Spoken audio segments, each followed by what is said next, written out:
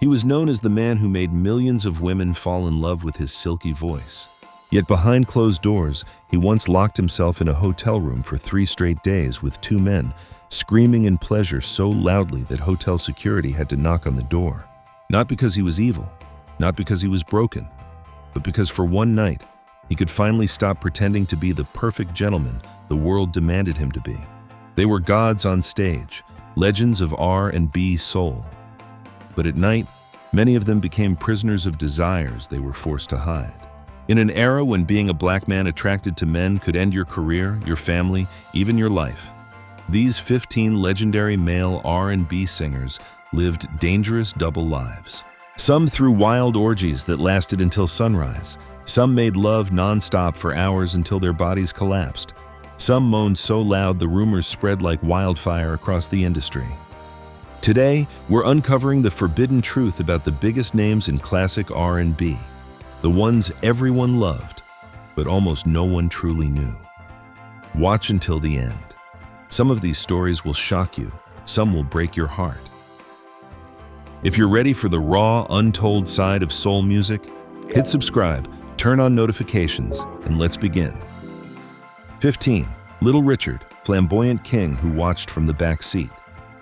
In the explosive birth of rock and roll, no one burned hotter, or more dangerously, than Little Richard.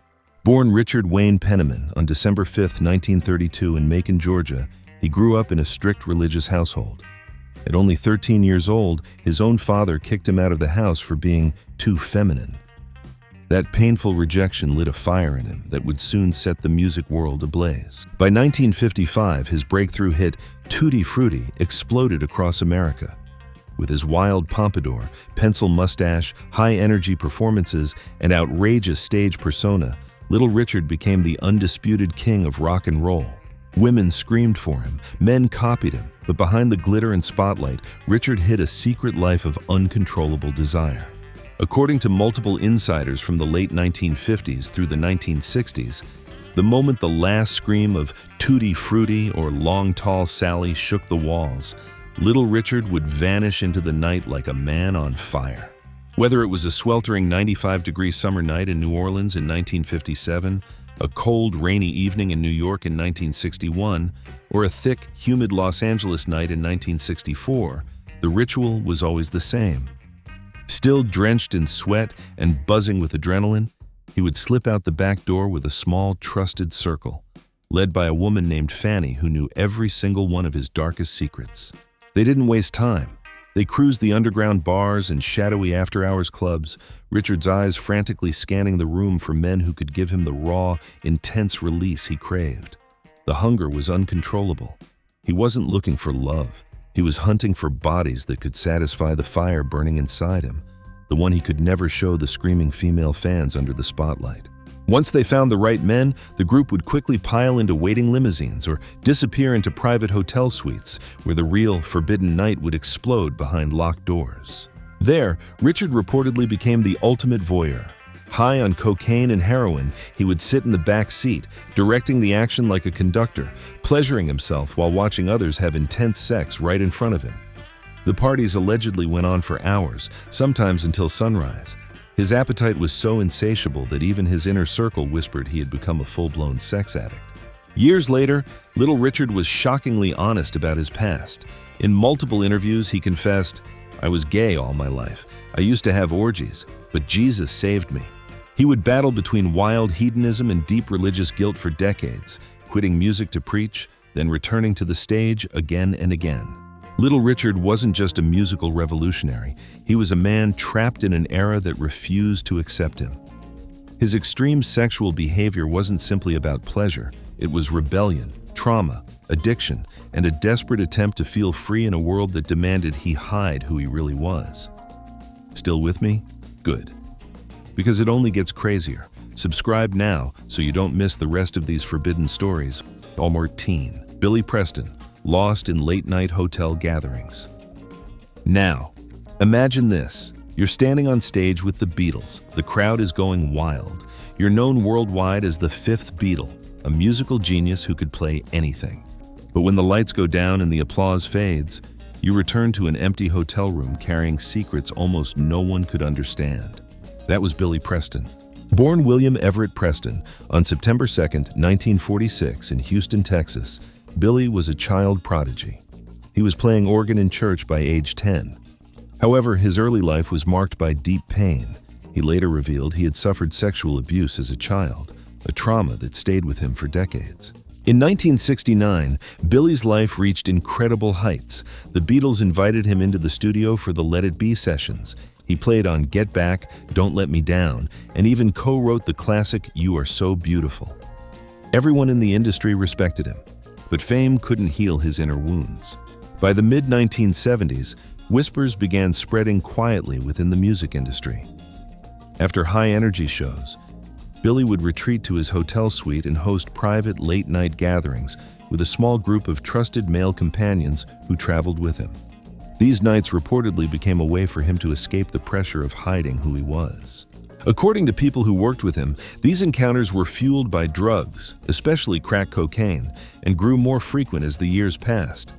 Billy was trapped in a painful cycle, performing as the joyful spiritual artist by day, while struggling with intense personal desires at night. Even as he continued playing gospel music and speaking about faith, the internal battle never stopped. In the final chapter of his life, before he passed away on June 6, 2006, Billy reportedly confided in a few close friends that he had been involved in secret relationships with other men in the industry, and that no matter how hard he tried, he couldn't control those urges.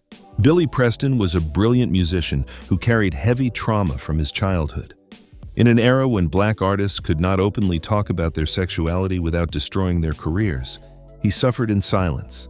Sex and drugs became his temporary escape from a pain he was never allowed to fully express. A gifted soul who gave the world so much music, but paid a very heavy price in private. Want the full truth? Subscribe. We're just getting started. 13. Luther Vandross, Secret L, A Boyfriend Nights.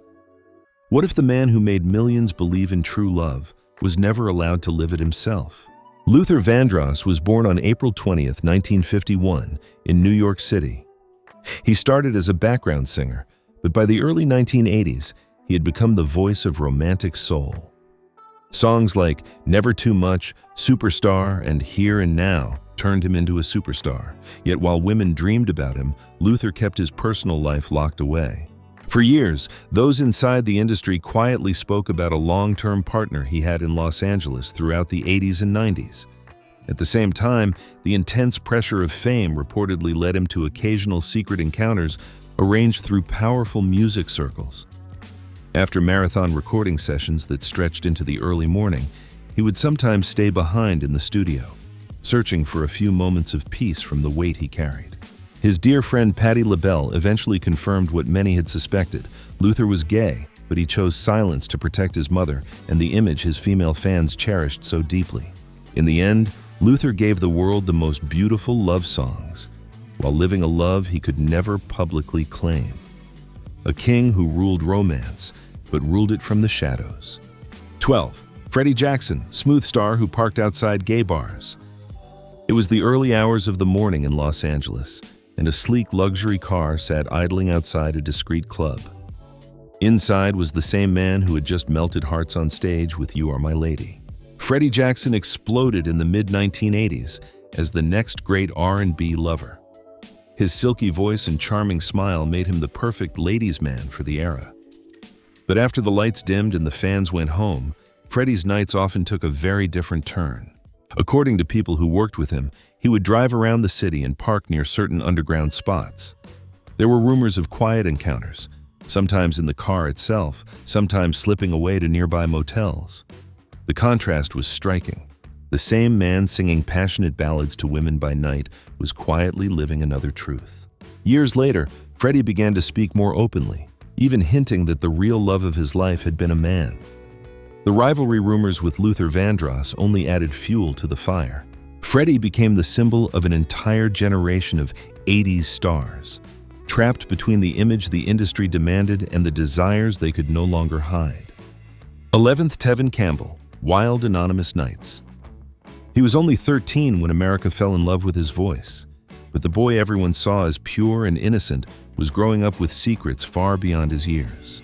Tevin Campbell burst onto the scene in the early 90s with hits like Tomorrow, Can We Talk, and I'm Ready. He was marketed as the charming young prince of R&B. As he entered his 20s, however, the carefully built image began to crack. Those close to him spoke of a wild period where Tevin explored life freely, late nights, parties, and encounters that helped him understand who he really was. For a long time, he stayed silent. Then, in 2022, during a deeply personal interview, Tevin looked straight into the camera and said with quiet confidence, "I like a lot of different things." That simple sentence marked the end of hiding. Tevin went from the closeted child star of the 90s to one of the brave voices who chose truth over image. His journey became a powerful bridge between the old generation forced to hide and the new one that refuses to. 10. Tony Washington hosted private after-parties. In the golden age of Motown, when almost every male star was carefully packaged as a heartthrob for female fans, one man dared to be different. Tony Washington, the powerful lead singer of the dynamic Superiors in the 1970s, stood out not just for his soaring voice on songs like Leave It Alone and Shoo Shoo Shine, but for something far rarer. He lived openly as a gay man during an era when doing so could end careers overnight. While other artists were forced into hiding, Tony reportedly hosted private gatherings at his home after concerts. Insiders from that time remember a man who embraced his truth with confidence and flamboyance. He was known for maintaining open relationships and surrounding himself with a close circle of friends who accepted him completely. In an industry built on secrecy, Tony chose authenticity when very few others could. He became one of the very few Motown-era artists who refused to live a double life. His courage made him both admired and controversial. Tony proved that even in the most image-conscious era of black music, one man could stand in his truth and still sing his heart out. 9. Jermaine Stewart, Wild Club Life. Sometimes the biggest irony in music history hides behind a catchy hook. Jermaine Stewart burst onto the charts in 1986 with the upbeat anthem, We Don't Have to Take Our Clothes Off. The song became a massive hit, promoting safe intimacy and self-respect during the height of the AIDS crisis. On television, Jermaine smiled brightly and performed like the perfect pop star. But those who knew him say his private world was far more complicated. Openly gay at a time when it was still extremely risky, Jermaine was reportedly drawn to the vibrant club scene of the 1980s. Friends from that era remember a man who loved the nightlife and struggled to balance his public image with his personal desires. Tragically, he passed away in 1997 from AIDS-related complications. The contrast remains haunting. The man who sang about keeping clothes on was quietly fighting his own battles in a wild era that claimed many lives. Jermaine's story is a painful reminder of how the messages we send to the world don't always match the battles we fight in private. 8. David Ruffin, Lost in Motel Room Secrets. His voice could shake stadiums, deep, gritty, and full of raw emotion. David Ruffin was the unmistakable lead voice of the Temptations on classics like My Girl and Ain't Too Proud to Beg. Born in 1941 in Mississippi, Ruffin rose to become one of Motown's most charismatic stars. He dated legendary singer Tammy Terrell and lived the high life of a true ladies' man. But behind the success, a different battle was raging. As the 1970s progressed and personal struggles deepened, those close to him whispered about a growing dependency on drugs, especially crack. According to industry accounts from that period, during his most troubled years, Ruffin would disappear into motel rooms for long, intense nights that mixed his addiction with personal encounters. Motown allegedly worked hard to keep these rumors quiet to protect the group's image. David Ruffin's life became a classic example of how unchecked addiction can amplify every hidden struggle. The man who once commanded the stage with unmatched power eventually found himself at the mercy of demons he could no longer control. A brilliant voice silenced too soon by the very fire that once made him shine. 7. Eddie Kendricks, a quiet sugar daddy. His voice floated like silk in the wind, that unmistakable high falsetto that made women weak. But the man behind it lived with a loneliness few could imagine. Eddie Kendricks, the original lead singer of The Temptations, left the group in 1971 to pursue a solo career. Hits like Keep On Truckin' and Boogie Down kept him in the spotlight throughout the 1970s.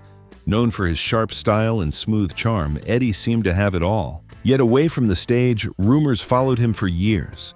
Insiders whispered that during his solo touring days, Eddie became a quiet sugar daddy to several young men. He reportedly paid for their company during long private nights in hotel suites, sessions that sometimes stretched for hours, often mixed with cocaine use. The contrast was heartbreaking.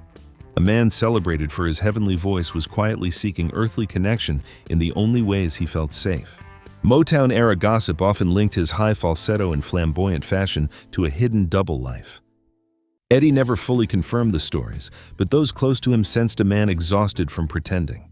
A beautiful voice that gave the world so much joy, while quietly paying a high price for moments of honesty in the dark. 6. Johnny Gill, New Edition voice hiding long-term secret love. Some voices are so powerful they can make an entire arena fall silent. Johnny Gill's voice is one of them. Rising to fame as the deep-voiced lead singer of New Edition in the mid-1980s, Johnny later enjoyed solo success with hits like My and Rub You the Right Way. He was packaged as the ultimate smooth lover, tall, handsome, and charismatic.